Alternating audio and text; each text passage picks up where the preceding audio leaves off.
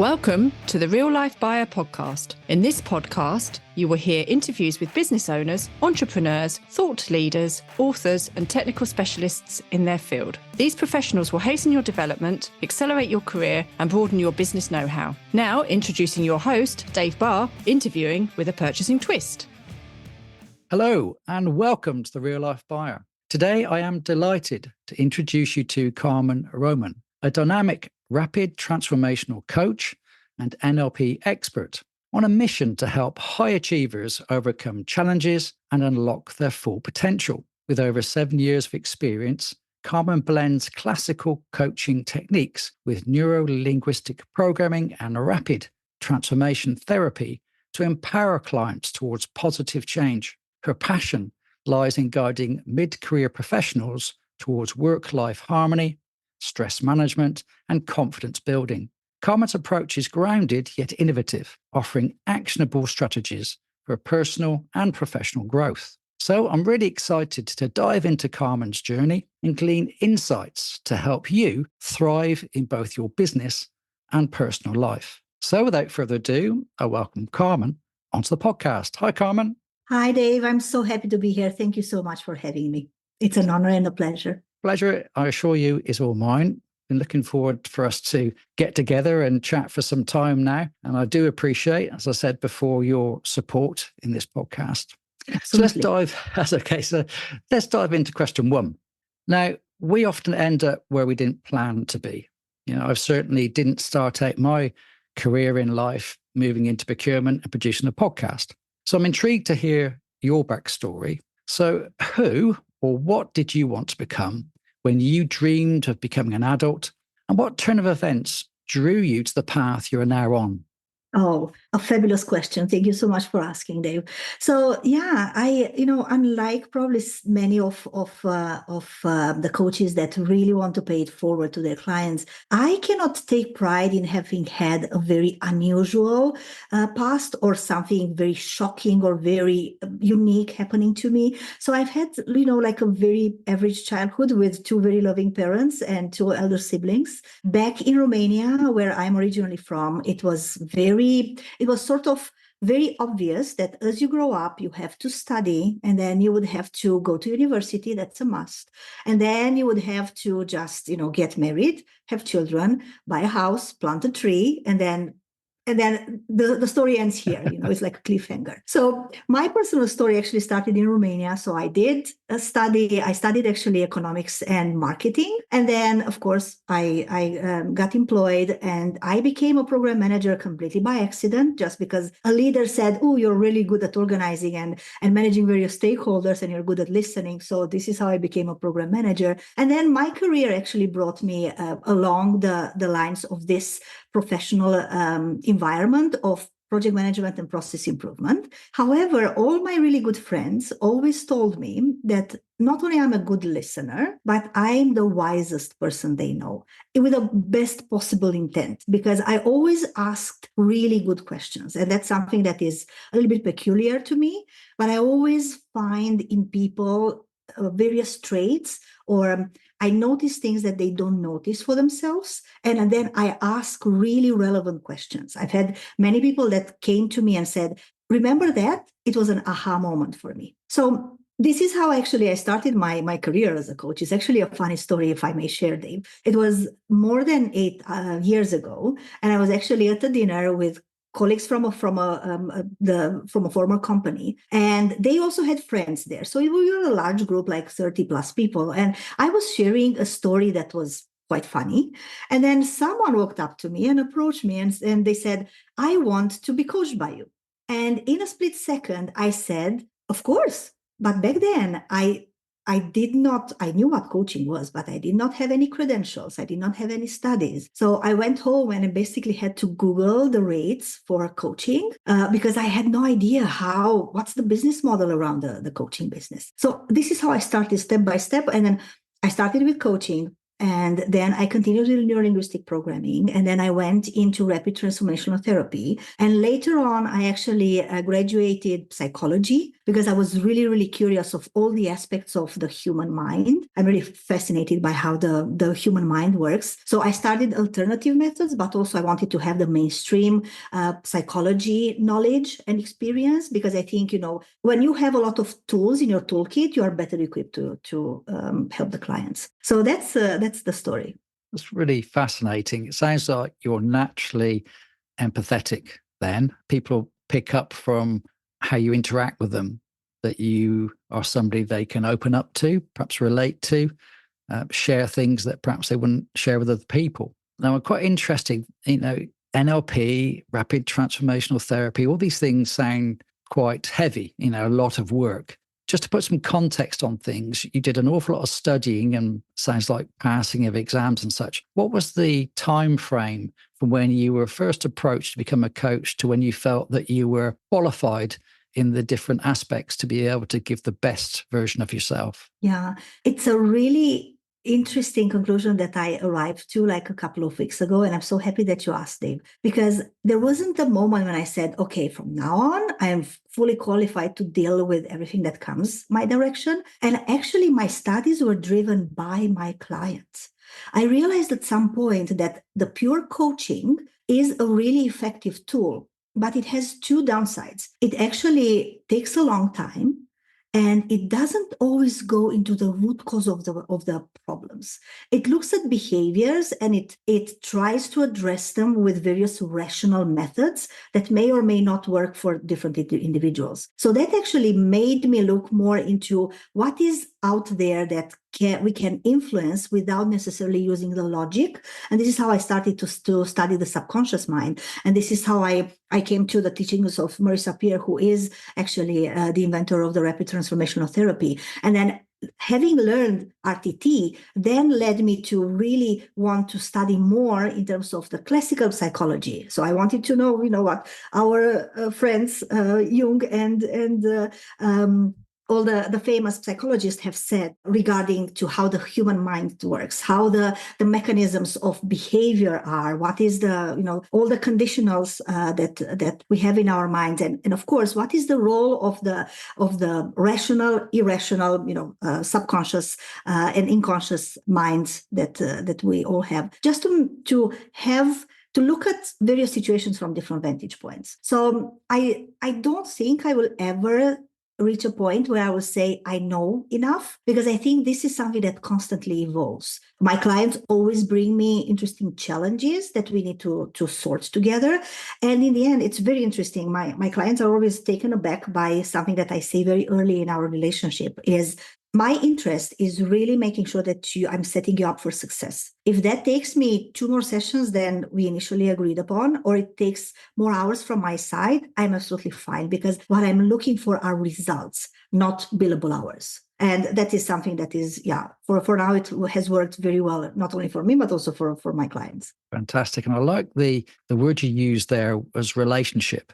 People thinking of the coach perhaps refer to the fact that they're being taught, being educated. But you used a very different word. That relationship word says about how you are empathetic with the individual, and you're not just teaching them, you're building something far more than just a student-teacher type of role.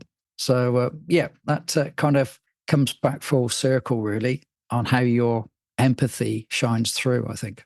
Thank you. Yeah, I think that is valuable in the end, because I think it's a journey. Although sometimes I get results quite fast, depending on what is the situation that the client wants to solve. Sometimes the results are very fast. Sometimes the results take some time, because the change is really there is instant change, and then there is progressive change, and there is retrospective change that you realize happened only when you look back after a certain period of time. So the results, in terms of how quick they are achieved, that may vary. But with all the clients, I develop a relationship to make sure that they feel supported and they feel heard. And I also do not stay, we may have an initial idea of what the coaching session should be, but then if they come they enter the session and they've just had, I don't know, not so fun exchange with a relevant partner, or they had something that troubles them in their day-to-day life. We first look at that and clear that, and then we focus on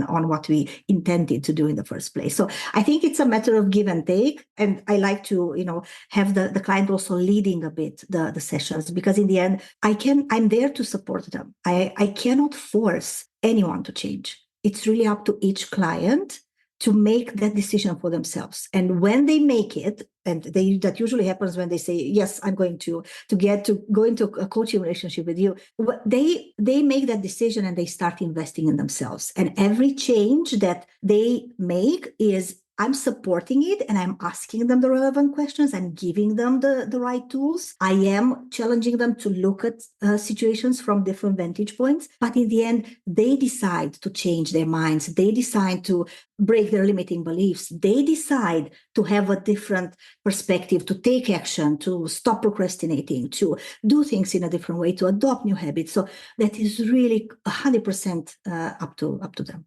Right. You mentioned Marissa Peer. I've certainly seen some of her presentations. She's quite prolific out there. I've never met anybody who's actually been on one of her courses, though. So that's quite fascinating in itself. That's a different conversation. So you've got this background in, I think you referred to RTT and also NLP. And just for the audience, everybody wants actionable strategies. Certainly mid-career professionals are obviously included in that. But they could be struggling to set healthy boundaries, with their demanding schedules. Everybody's trying to get on in the world and under pressure and have to do things quicker and more effectively. And now the advent of AI, I suspect people are feeling a lot more under pressure because they've got to achieve. So how would you suggest, what kind of strategies would you suggest that they could use to manage those demands and strike this kind of balance between their work and personal life, but still maintaining the productivity and the efficiency of achieving things in life? I find more and more of my clients and people who I have conversations on a regular basis have this feeling of being stuck, being stressed, being overwhelmed, because we are constantly bombarded by not only a lot of information, but also advancement in technology and a lot of requests that require not only our time, but also our mental bandwidth and emotional capacities.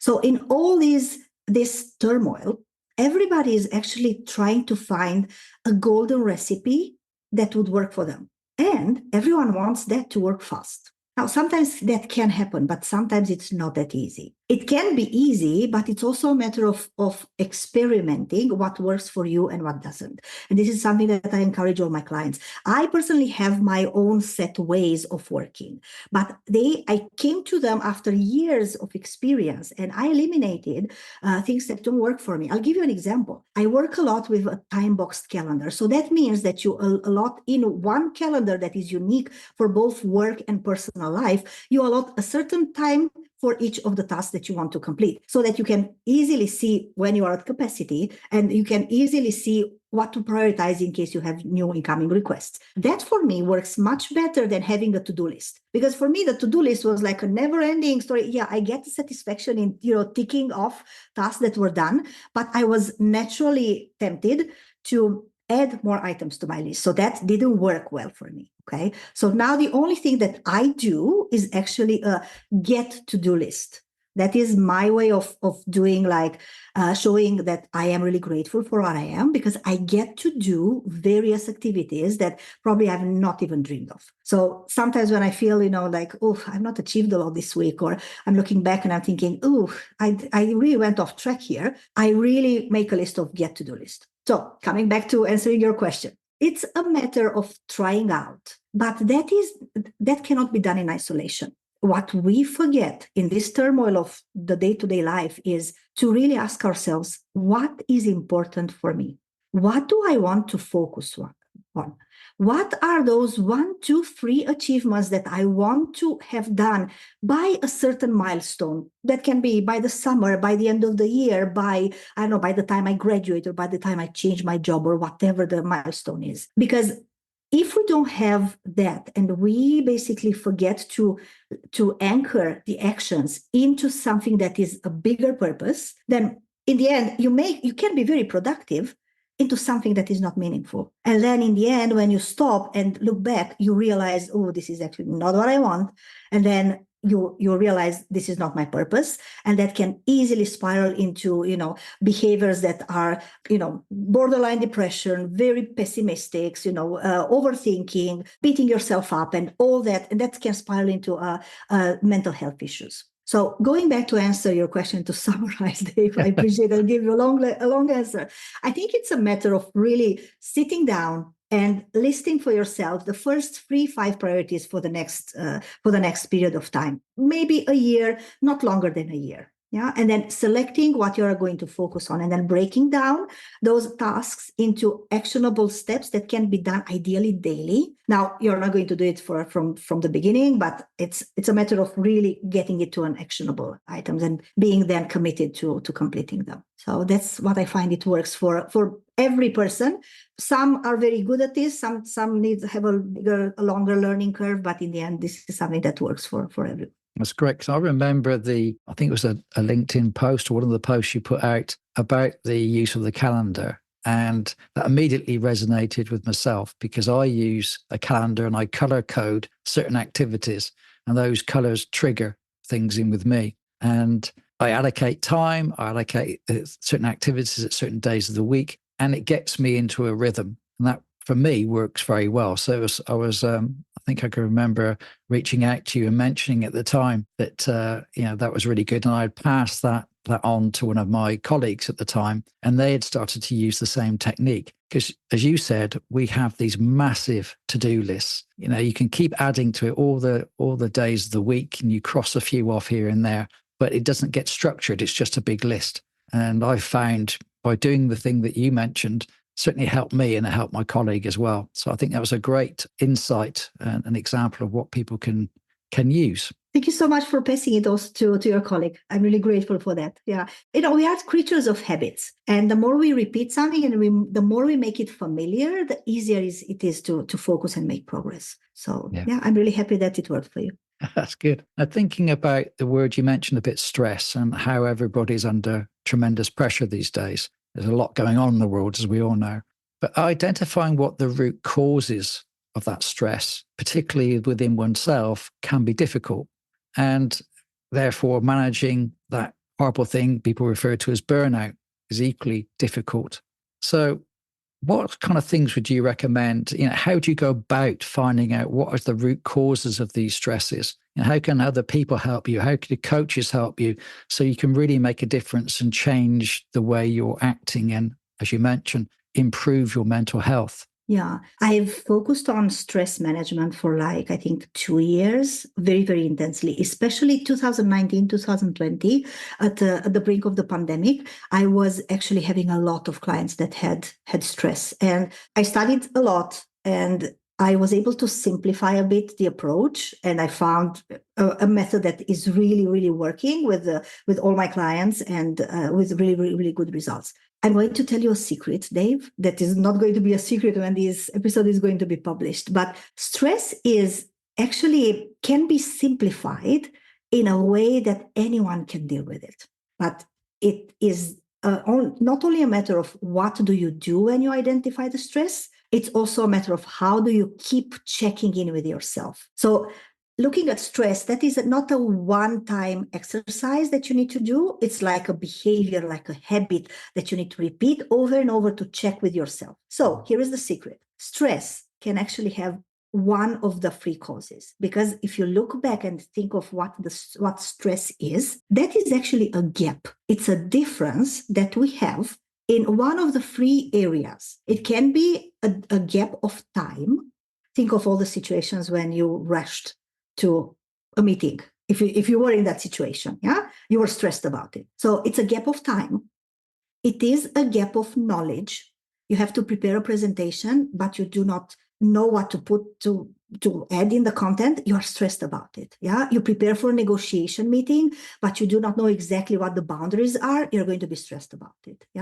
And third is support. you really want to get a lot done, but you feel that your partner is not supporting you, or maybe you don't have the circle of friends that you would like to have, or maybe your manager is not supporting your next step or promotion or success at work. Yeah. So stress is really a gap between either time or knowledge or support system. So once you realize that, and then you check in with yourself, oh, I'm stressed. What actually makes me stressed? Any answer that you give yourself to this question is going to fall into one of these three categories. It's time, is knowledge, or support system. And then it's a matter of looking at what is my next step for each of these buckets. You can do various actions. For time is better planning. For knowledge is creating a plan to bridge that gap, either by yourself or reaching out to other people that may be knowledgeable that you can bring in to fill in that gap. And the third support system is, again, thinking, how can I be supported, reaching out to people, but also intentfully building relationships that are meaningful. Yeah. So there are solutions. But once you discover, oh, I'm stressed and this is the cause, then, next day, something else is going to come. So you need to repeat this exercise. The better you get at knowing your feelings and knowing yourself, the faster you can realize, okay, what is stressing me, and then go to the relevant action. That's really interesting. I'm most intrigued about the knowledge one. We're thinking certainly about myself. You feel you never have enough knowledge, no matter how many books you read, how many videos you watch, and you always feel there's a gap. So for people who are experiencing that kind of challenge, no matter what they do, they never fill the gap. How can they overcome, that problem? How can they say, I've got to read another book, I've got to find another coach or something like that?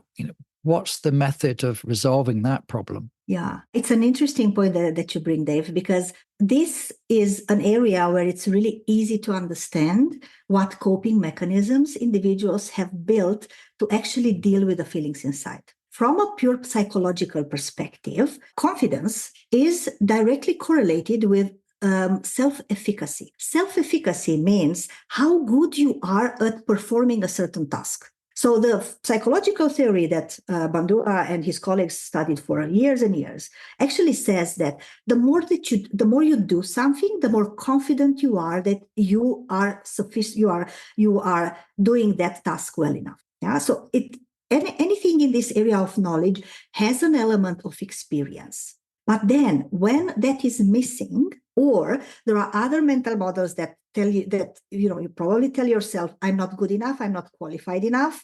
Who am I to do this? Imposter syndrome. Yeah. I'm not worthy of their time or their attention. Then you are going to try to cope with your own feelings by doing an action that is going to make you less visible, to protect yourself. So that's when you are going to either say, many times, you're going to say, I'm going to search for the next book. I'm going to look at the next resource. I'm going to study 1 hour more. That is already signs of perfectionism, because in your mind, the mental model is, if this is not perfect, it means I am not good enough.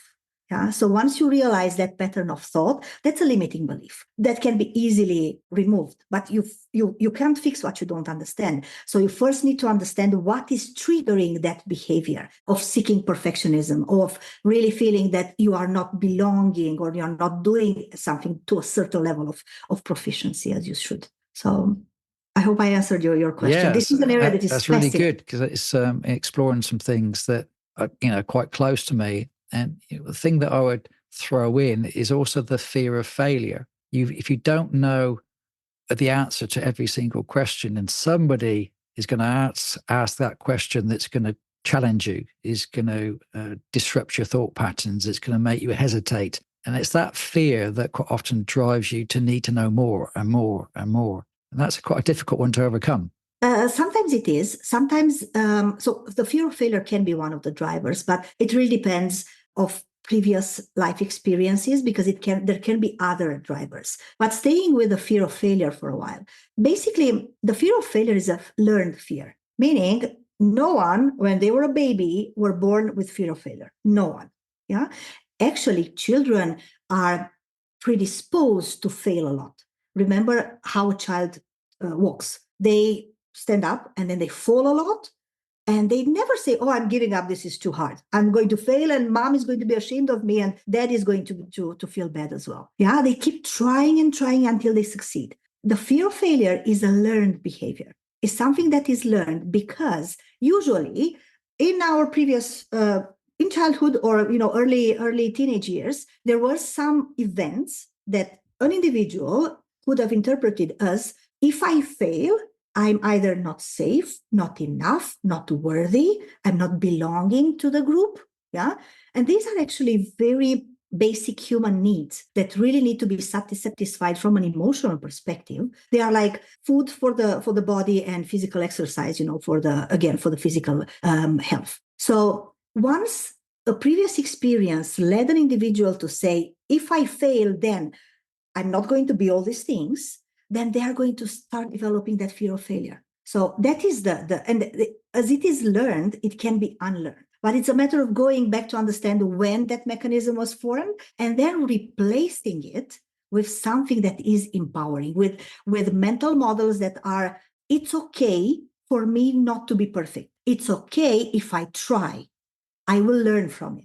Yeah. So it also matters not only going to the past and really understanding, what happened, what triggered that fear of failure, but it's also a matter of self-talk. And that I think it's one of the most important aspects of us as humans is how do we speak to ourselves, that in inner dialogue that only we can hear and we understand. When you have a self-talk that is positive and uplifting and encouraging, then it's easier to overcome any fear. Yeah, I teach my clients, for example, Dave, majority of them, because they come to me and say, I'm stuck or I'm overwhelmed or I'm stressed. I usually start with tests, psychological tests that are actually looking into what's their level of self-esteem. Because if you're not trusting yourself and you're not esteeming yourself, you're not really appreciating yourself, everything else that we try to build is built on moving sand. Yeah. So we basically go first to that. And then we develop like a system to change their inner talk. And the moment they switch to being kind to themselves and they start learning, nourishing, not affirmations, just nourishing thoughts, then they start doing really well. And we start with a mantra. So I ask them to come up with something that is resonating with them, that is like an anchor in difficult situations. For example, myself, for a long, long time, this is a mantra that I've had, I think, in the last at least 15 years, is all is well in my world and I am safe. That for me, that resonates with me. And whenever, I find myself stressed or maybe a little bit rushed or in a very difficult situation or with a very complex problem, when I repeat this is calming the mind and it brings me that emotional regulation that then allows me to go into problem solving.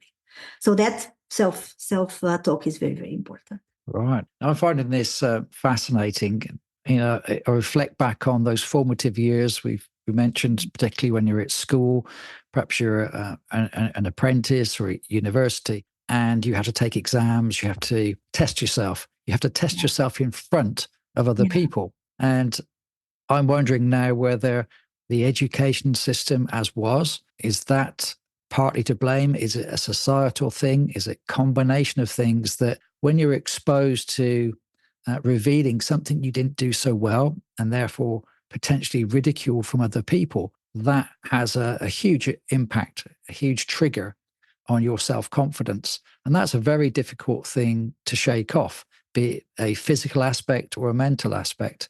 Do you think that the education systems that you see now in Europe, for example, are reducing the possibility of those negative things from happening? Do you think it's getting better or worse? What are your thoughts on that? I think it does in pockets. So I see still a lot of mainstream educational system that is forming just, individuals that are going to clock in 9 to 5 and have very, a very limited career. And there's nothing wrong with that. But it's a model that is outdated now, that was created for the Industrial Revolution. And we are, 70 years ahead. And the education system still has to catch up with it. I see pockets of work that is really empowering children to become really well-rounded, balanced individuals. So I think it's a mixture.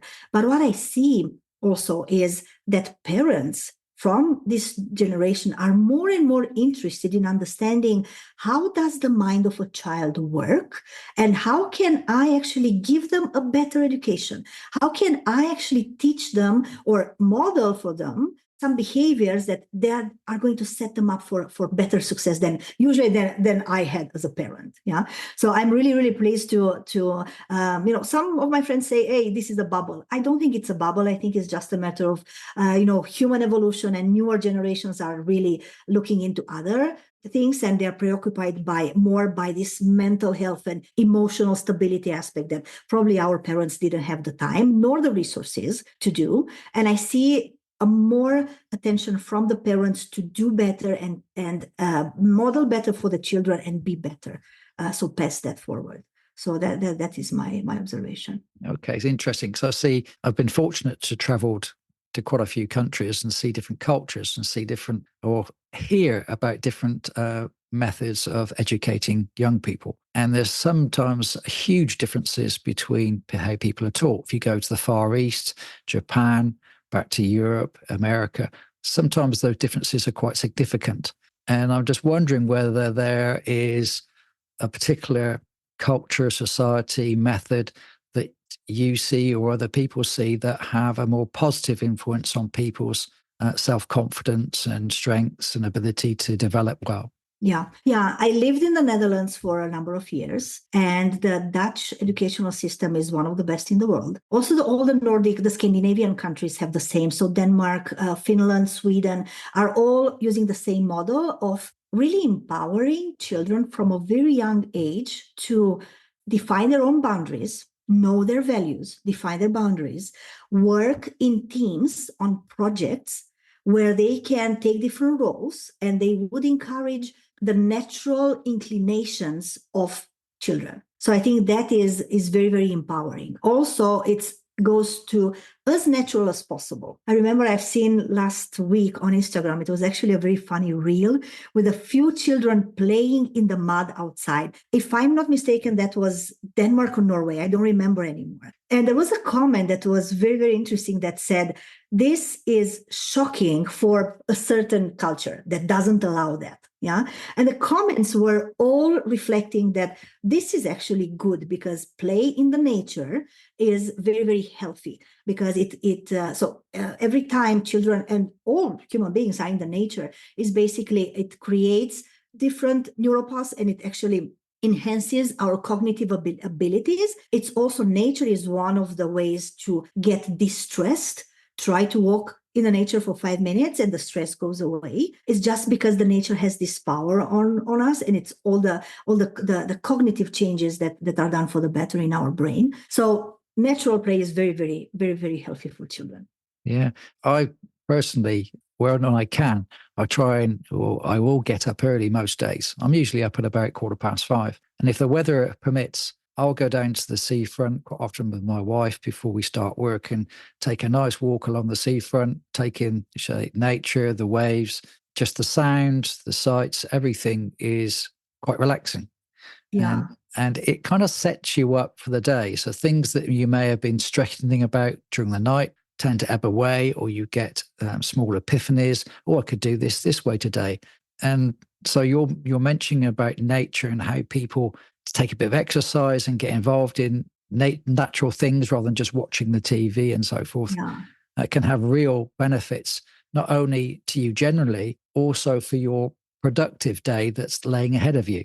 And I would add, if I may, Dave, I would also add, it helps you put things in perspective, and they anchor you to go back to what is important to you and what is really meaningful. Because when you go in the nature and you realize that, there are so many wonderful things surrounding, and you are just a humble human being, a speck of dust in the universe, that really puts things in perspective. And then the natural tendency is to not take yourself so serious, especially with people that are stressed a lot, especially with people that are high achievers, very career oriented, very pushing for achievements. They take themselves very, very seriously. And in the end, if we don't have enough play in our lives, then life is a little bit it's too much of a struggle. So I think it's really, really interesting how nature, allows you to look at things in perspective and maybe not take yourself as serious, because we blink and years are gone. And Indeed. They seem to be going faster for me now. Yeah.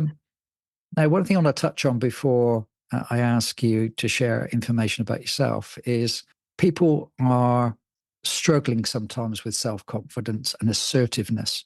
Certainly, we talk a lot about now how ladies should be more involved, getting to the C-suite, be given equal opportunities and so forth. And there quite often is this gap. We're talking about gaps where that confidence is lacking. They're surrounded in a male-dominant environment or people that are very strong personalities. It doesn't have to be. There's a lot of guys I know who don't feel comfortable in certain environments speaking out, sharing their knowledge and wisdom because of the fear of being knocked back by a more senior person or somebody who's very outspoken. So when faced with those challenging situations, those hard decision opportunities that may arrive, how can they blossom in that environment? How can they become more open and more self-confident when they're in perhaps a scary situation? Yeah, it is a complex question that you are revealing. I mean, if we had 3 hours, I could give you the whole recipe. Let's go for it. But I'm afraid the time is short. Yeah, I think it starts with not hiding. Now, it's quite deep what I've said, and again, we don't have enough time to go into details, but there is a gender difference that is fostering women to hide more than men. And what I mean by that is, maybe you remember your own childhood or your own upbringing, and at least I had the same.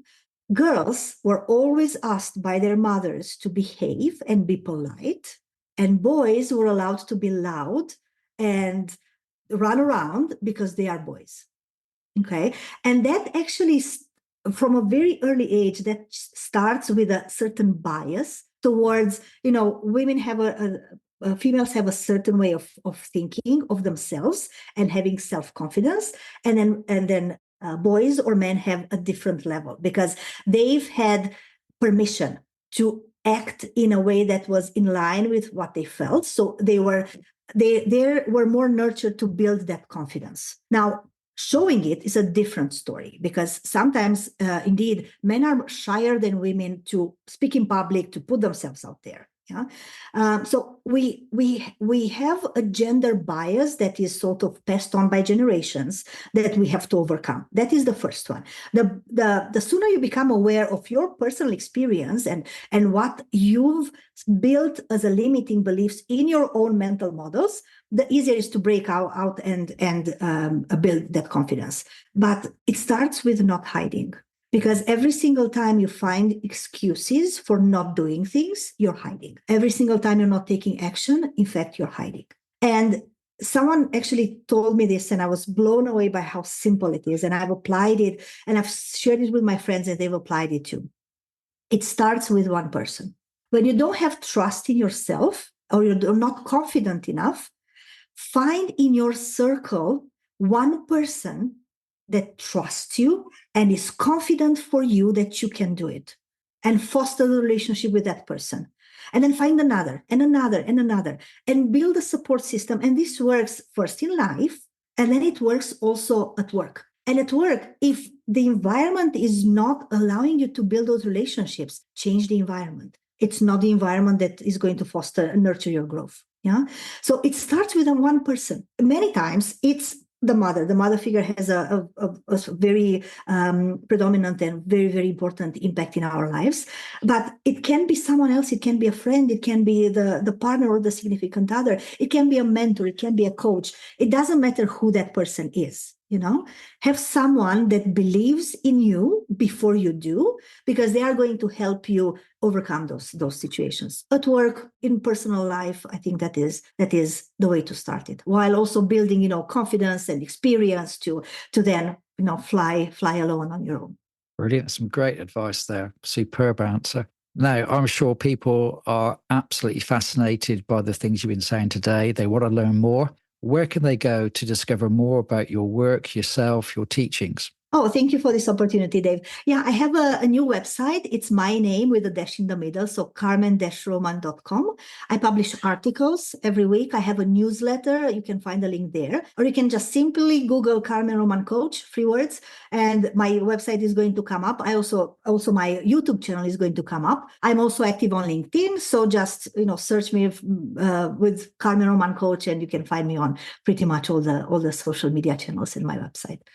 Brilliant. Thanks for sharing that. I'm already subscribed to your newsletter. As you well know, I do follow your work, so I find it extremely fascinating and informative. So I recommend everybody to take advantage of this and check out Carmen and her work. Let's finish on one question. I'm spotting the time because I could talk to you for hours. I can already tell. So I'll try and make this succinct. I don't know much about rapid transformational therapy or coaching. NLP I know a little bit about, but I understand it's about helping people tap into their full potential. Now, what people love to hear, and I certainly love to hear, are success stories. So can you share some success stories where individuals have significantly transformed their lives and their careers after overcoming perhaps limiting beliefs or self-confidence issues, etc., and how those transformations positively have impacted their overall well-being and their professional success? Can you share some of those with us? Yeah, absolutely. I have so many, really so many that I cannot even count them. But yeah, I usually apply rapid transformational therapy when it's a situation that is quite complex. Some of them, like addictions, for example, can be solved in 1 or 2 sessions. Some, like maybe confidence, self-esteem, depends. It's very depending, but not more than 3 sessions, and it's very, very impactful. I've had, for example, last year a client. She was absolutely fantastic. She said, whatever you tell me to do, I'm going to do it. But I really, really, really want to make sure that I'm going out there. I'm putting myself out there. Yeah, that was the problem. I'm putting myself out there. And we went into the first session. We had uncovered some of the limiting beliefs. We went into the second one. And during the second one, she actually had an aha moment. And I basically had to reimburse her for the third session because it was no longer needed. And ever since, she changed the job. She found a new life partner. She has changed countries she's living in. So she's doing absolutely fabulous simply because she started with this, I'm going to do whatever it takes. So that was really, really interesting. I also have a lot of clients that are senior executives. And it's so interesting because the more senior people become in their career, the less they actually want to go back and in touch with themselves and doing meaningful work. And many times they find themselves stuck because there is a disconnect between how they are feeling inside and the career that they've built, and they do not know how to bridge it, right? And I had a few individuals of this sort where they basically could not find meaning in their executive work. And through working together and uncovering those limiting beliefs, we realized that their career would be much rounded if they added things on top. So they started non-profit organizations, or they started volunteering programs in the companies that they provide leadership for, so that they became well-rounded as an individual that also has a very prestigious career. So yeah, these are just a few examples. And I cannot count how many people gave up smoking because of me. So that's one thing that is 90 minutes and is done. It's that impactful, RTT is. Many addictions, fear of speaking, of public speaking, takes maximum 2 sessions. So a total of 90 plus 90, 180 minutes, and it's done. But it's